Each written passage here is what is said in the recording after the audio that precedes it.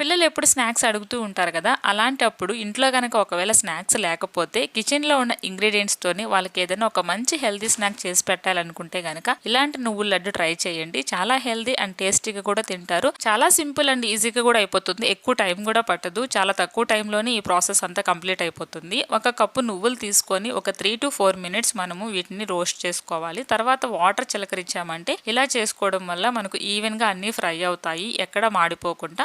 ఒక స్పూన్ వరకు నువ్వులు తీసి పక్కన పెట్టేసుకోండి. రిమైనింగ్ అన్నీ కూడా వేడి మీద ఉన్నప్పుడే మిక్సీలో వేసేసుకొని ఒక కప్పు నువ్వులకి 3/4 కప్పు వరకు బెల్లం తురుము వేసుకోవాలి. 3 ఇలాచీ యాడ్ చేసుకొని మిక్సీ పట్టేసుకోవాలి. మళ్ళీ ప్యాన్ పెట్టేసి స్టవ్ మీద కొంచెం హీట్ ఎక్కిన తర్వాత ఒక స్పూన్ వరకు నెయ్యి వేసేసుకొని ఈ పౌడర్ అంతటిని అందులో వేసేసి ఒక 1 minute వరకు కలిపేసుకోండి. తర్వాత వేరే ప్లేట్లోకి తీసేసుకొని మనం ఆల్రెడీ ఇంతకు ముందు తీసి పెట్టుకున్నాం కదా నువ్వులు ఒక స్పూన్ అనేసి, అవి తీసి ఇందులో వేసేసుకొని చేతికి నెయ్యి రాసేసుకొని ఇలా వేడి మీద ఉన్నప్పుడే వీటిని ఉండల్లాగా చుట్టేసుకొని పక్కన పెట్టేసుకోవాలి. నేను ఇక్కడ బెల్లం పౌడర్ వేయడం వల్ల నాకు కొంచెం పొడిగా వచ్చింది. ఒకవేళ మీరు బెల్లం తురుముగానే వేసుకున్నట్లయితే మీకు ఇంకా కూడా ఈ పొడి అంతా కూడా ముద్దగా వస్తుంది. సో దట్ లడ్డూలు చేయడానికి చాలా ఈజీగా ఉంటుంది. నా దగ్గర బెల్లం లేదు కాబట్టి పౌడర్ వేశాను. ఒకసారి మీరు ట్రై చేయండి. చాలా హెల్తీ స్నాక్, చాలా సింపుల్గా అయిపోతుంది.